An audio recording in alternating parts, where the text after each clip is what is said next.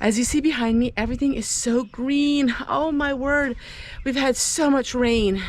I'm ready for the sun again, but a lot of things are bursting with life, and let me show you what the garden looks like.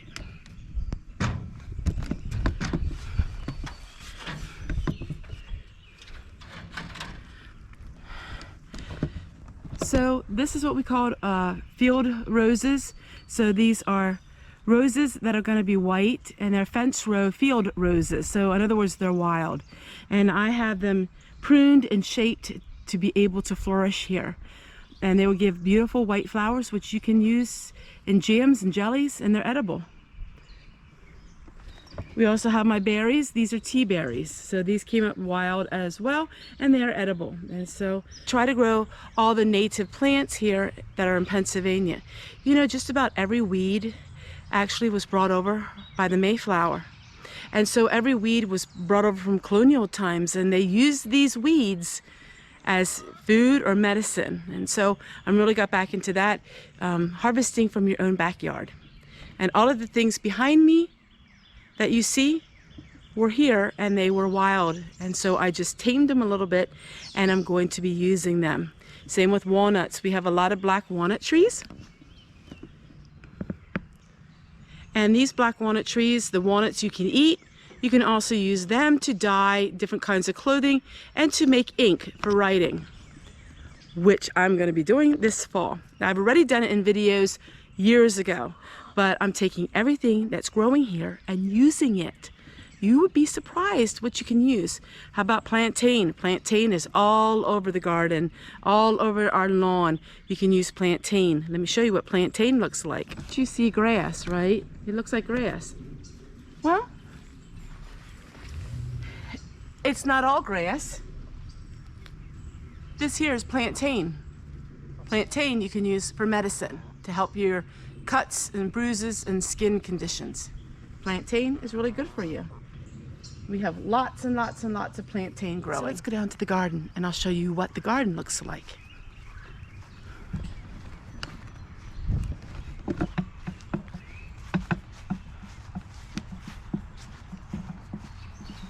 We have chamomile. This is German chamomile, and this came up from last year. Most of your herbs will come up year after year. Only a few you'll have to replant, but the garden is blooming and everything looks beautiful. Let me show you all the different herbs that I have.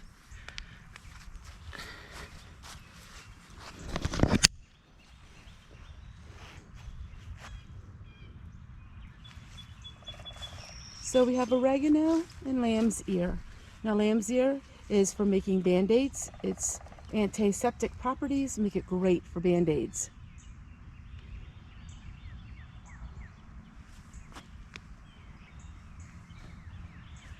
That's valerian. Some of you will know what that is for. That's to help you sleep. And we got tiger lilies. All of this chamomile came up from last year.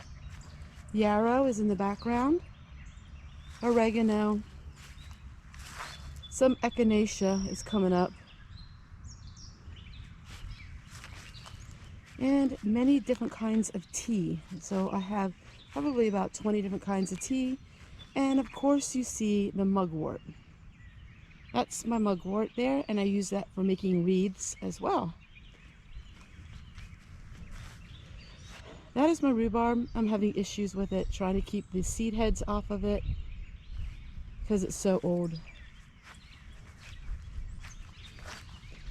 Most of you will know that this is comfrey. I tried this year to really keep it contained because it was growing everywhere. Comfrey is good for bones, for sprains, and for all kinds of conditions. It's also really good for the ground. The roots are really good for the ground.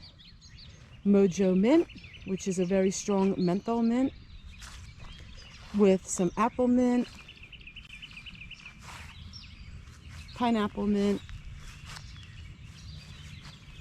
I've been really working on keeping this weed free too. Mint is hard to keep the weeds out.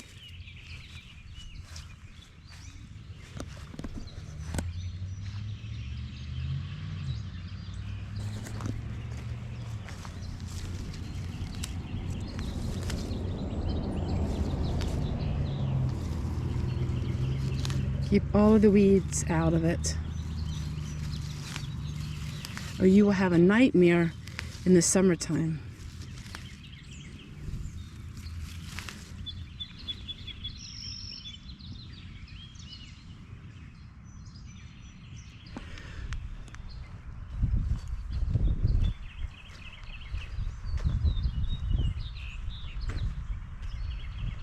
And of course, this is sage.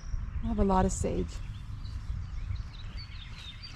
And all of these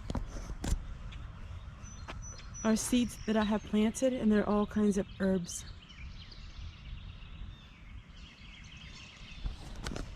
And lots of garlic.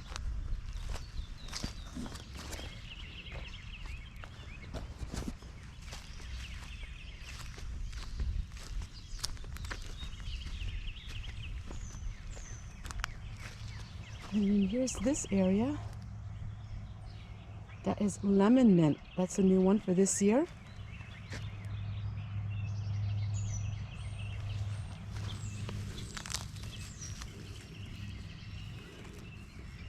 And then of course I have a lot in my garden.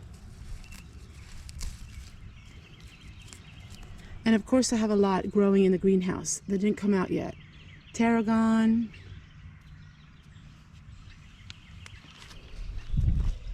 And thyme. So there you go, everyone. Is an update in the garden for May. Every month now it's going to be really different. So every month the home and the gardens are going to burst with new life. This is my favorite time of the year. May and June is a beautiful time of the year. Everything just feels so much alive.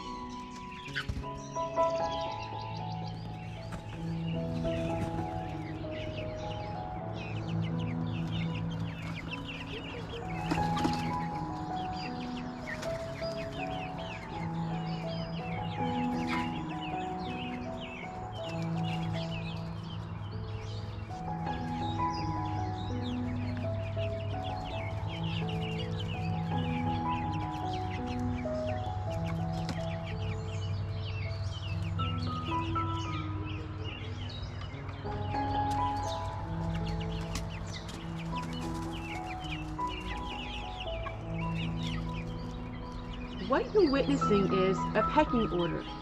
So as this flock of chicks are new, they are developing a pecking order. That's why they fly up to each other in such a frantic way. If you watch them long enough, you'll see the ones that are the leaders and the ones that are the followers. And this is how they establish their pecking order. Isn't that how life is, my friends? There's always the ones that are the leaders and the ones that are their followers. And each person is just important. So you see them, they are challenging each other as to who is going to be the leader. We can learn a lot by the animal kingdom by just taking a moment and watching them.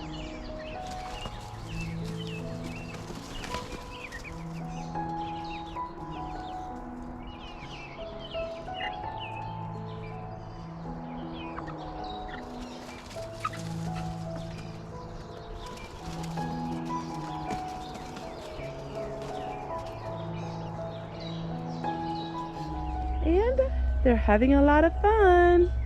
They go in and out. They have a little hole there in their area, and so they go in and out. They like lettuce. I gotta get him some more lettuce.